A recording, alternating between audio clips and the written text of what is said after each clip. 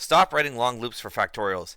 Today, we're mastering recursion in Java. I'm Mr. Rozan, and in under a few minutes, you'll understand how a function calls itself to solve math problems instantly. Let's get into the code.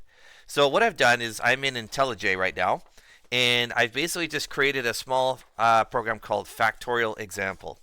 And what I'm going to do is make a separate method below the main. Now, I am using Java 25, so the main looks a little different than normal. But let me show you what this separate method will say. So I'm going to write public, and then static, long, factorial, bracket, int, n.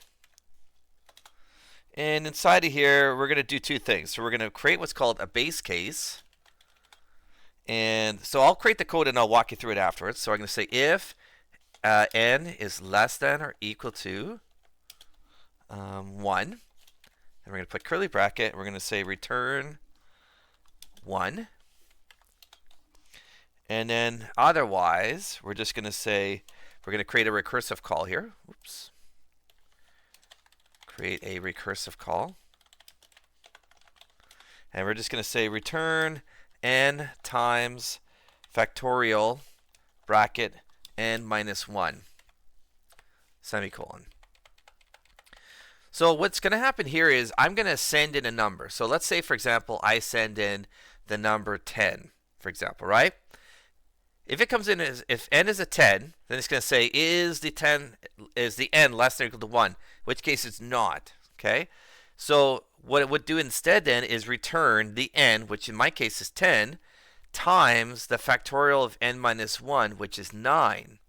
So then it's going to come back in with a 9, right? So it creates this chain where the factorial method basically calls itself, and it keeps dropping down the the value. So essentially what's happening is this. I'll kind of do it in a comment so you can kind of understand it, what's happening.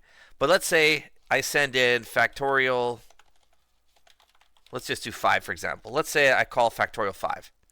Okay, then what happens is it goes into the factorial, and it's going to say, is the number n, is it less than 1? No. So it's going to return 5 times the factorial of n minus 1. So in this case, it's 4. And then the result of factorial 4 ends up being 4 times the factorial of 3. So it just keeps going down the chain like that, right? And eventually what will happen is, and this ends up returning 4 times, so I'll just keep going to the end here. So the result of factorial 3 would be 3 times the factorial of 2. Okay, and then the chain goes down another time here. Times 3 times 2 times the factorial of 2 ends up being 2 times the factorial of 1. And then finally, if n is 1, which is what would happen here, that just returns a 1. It doesn't call itself anymore. So that actually breaks the chain. It breaks the recursive pattern that's been happening. So you end up with this, and then ultimately it works out the number, and then it will print it on the screen or whatever we're going to do. So that's the logic of it here. Okay, so any number n that I put in, it's going to recursively call itself, calculating a value. It's going to be whatever the n is, times the factorial of n minus 1. So how would we actually use this in our main? So let's just do a simple one here. So let's say we have int num equals 5, and we can say long result equals factorial of num. And then we'll print it out. So io.println, the factorial of, we'll attach num right here, equals, and then we'll attach in the result. Okay, so let's try running it, see what happens. So the factorial of 5 is 120.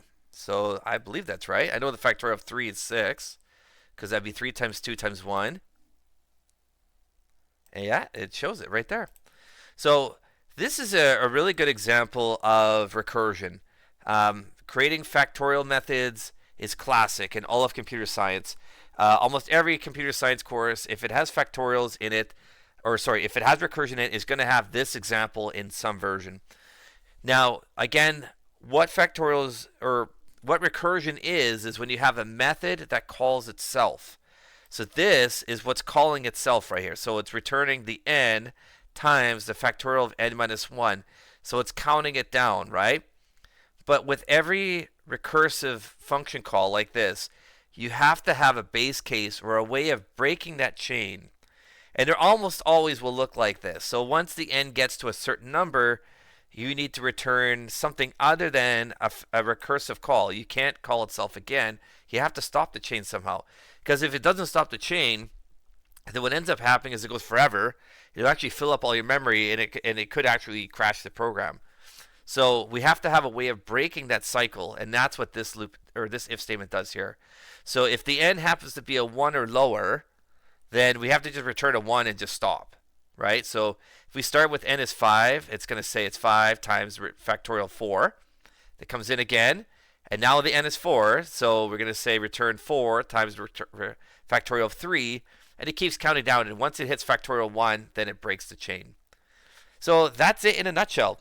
Now, we could actually extend this a little bit more. What we could do is, instead of using num as 3, we could ask the user for a number instead. That'd be really cool. We could say, what factorial do you want? And then we type in a number, and then it sends it in as a variable. But I'm not going to do that in this video.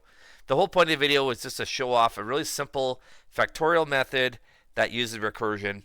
And hopefully my explanation makes some sense to you. I think the best thing to do is look at this comment that I wrote here, and that kind of illustrates the process of what's happening here. So if you like this video, give it a thumbs up. Drop a comment down below. If there's anything else that you want to see or you want me to explain, please let me know. I'll respond to all the comments. And subscribe for more. I'm going to be having more Java and more math videos coming up. I'm going to try and post on Tuesdays and on Fridays every week going forward. Thanks for watching.